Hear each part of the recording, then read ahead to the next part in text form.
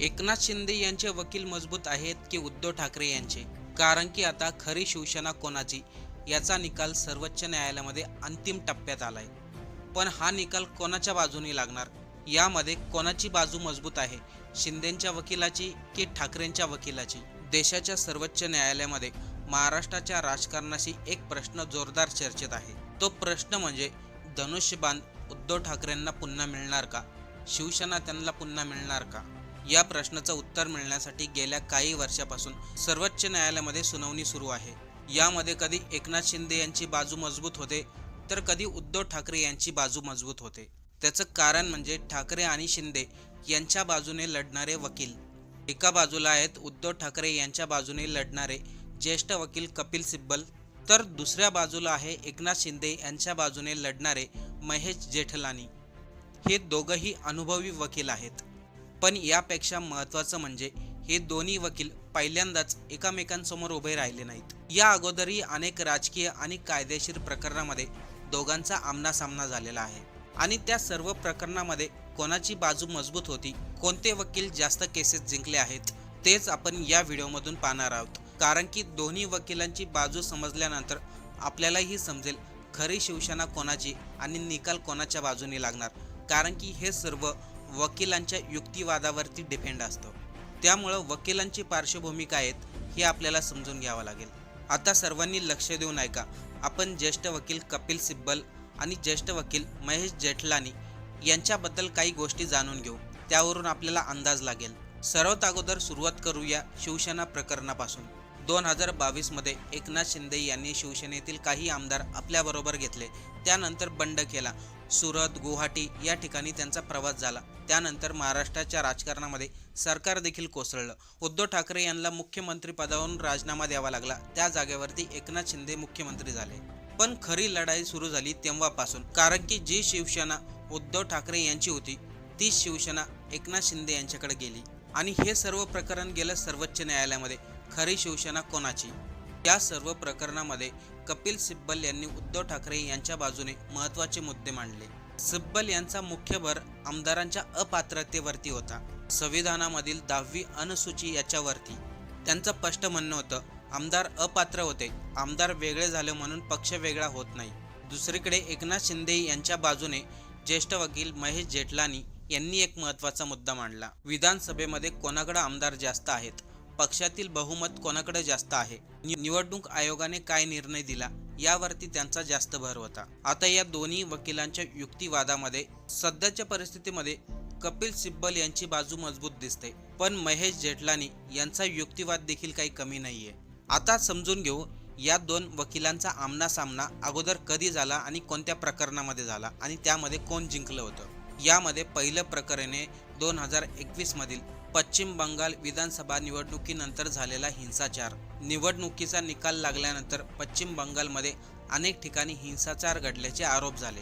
भाजप कार्यकर्त्याची हत्या झाली, महिलांवरती अत्याचार झाले, काहींची घरं जाळण्यात आली, अशी गंभीर प्रकरणं समोर आली. या घटनेची स्वतंत्र आणि निष्पक्ष चौकशी व्हावी म्हणून लोकांनी कोलकाता उच्च न्यायालयामध्ये याचिका दाखल केली. लोकांच्या याचिकाकर्त्याच्या बाजूने महेश जेठलानी कोर्टामध्ये होते, तर पश्चिम बंगालमधील ममता बॅनर्जी यांच्या सरकारच्या बाजूने कपिल सिब्बल हे कोर्टामध्ये उभा होते. महेश जेठमलानी यांनी राष्ट्रीय मानव अधिकार आयोगाचा आधार घेतला. त्यांनी सांगितलं हिंसाचाराचं प्रकरण गंभीर आहे, त्यामुळे या प्रकरणाचा तपास पोलिसांकडे न देता CBIकडे द्यावा. ते कपिल सिब्बल सरकारची बाजू मांडत म्हणले कायदा आणि सुव्यवस्था हा राज्याचा विषय आहे, त्यामुळे हे प्रकरण CBIकडे न देता राज्यातील पोलिसांकडे तपासणीसाठी द्यावा. पण कोलकाता उच्च न्यायालयाने सांगितलं हे प्रकरण गंभीर आहे, त्यामुळे ते प्रकरण CBIकडे सोपवण्यात आलं. त्या प्रकरणामध्ये महेश जेठमलानी यांची बाजू वरचढ ठरली. यानंतर महत्त्वाचं प्रकरण होतं पत्रकार सिद्दीक कपन यांचं. 2020 मध्ये उत्तर प्रदेशमधील हसरत येथे एका तरुणीवरती अत्याचार झाले होते. त्यानंतर त्या तरुणीचा मृत्यू झाला होता. तीच बातमी कव्हर करण्यासाठी पत्रकार सिद्दीकी कपन हे हसरतला चालले होते, पण उत्तर प्रदेश पोलिसांनी त्यांना आणि त्यांच्या सहकाऱ्यांना वाटेमध्येच अडवलं. त्यानंतर पोलिसांनी त्या पत्रकारांवरती गंभीर आरोप लावले. जातीय दंगल घडवण्याचा कट, हिंसाचार भडकवण्याचा कट. पत्रकार सिद्दीकी कपन यांच्यावरती कठोर गुन्हे दाखल करण्यात आले. त्याच दरम्यान सिद्दीक कपन यांच्या बाजूने ज्येष्ठ वकील कपिल सिब्बल हे कोर्टात उभा राहिले. सिब्बल यांनी कोर्टामध्ये बाजू मांडली. ते पत्रकार आहे, कोणतीही बातमी कव्हर करणं त्यांचं काम आहे. मग ते दंगल कसं काय घडवतील?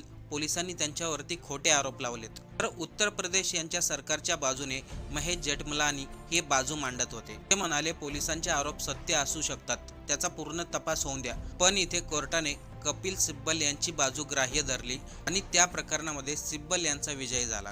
यानंतर महाराष्ट्रातील माजी गृहमंत्री अनिल देशमुख यांचं प्रकरण. मुंबईचे माजी पोलीस आयुक्त परमबीर सिंह आणि अनिल देशमुख यांच्यावरती गंभीर आरोप करण्यात आले होते. मुंबईमधील विविध ठिकाणी असलेले बार आणि मोठ्या रेस्टॉरंटमधून सचिन वाजे यांना मोठी रक्कम गोळा करण्याचे आदेश दिले असे आरोप झाले.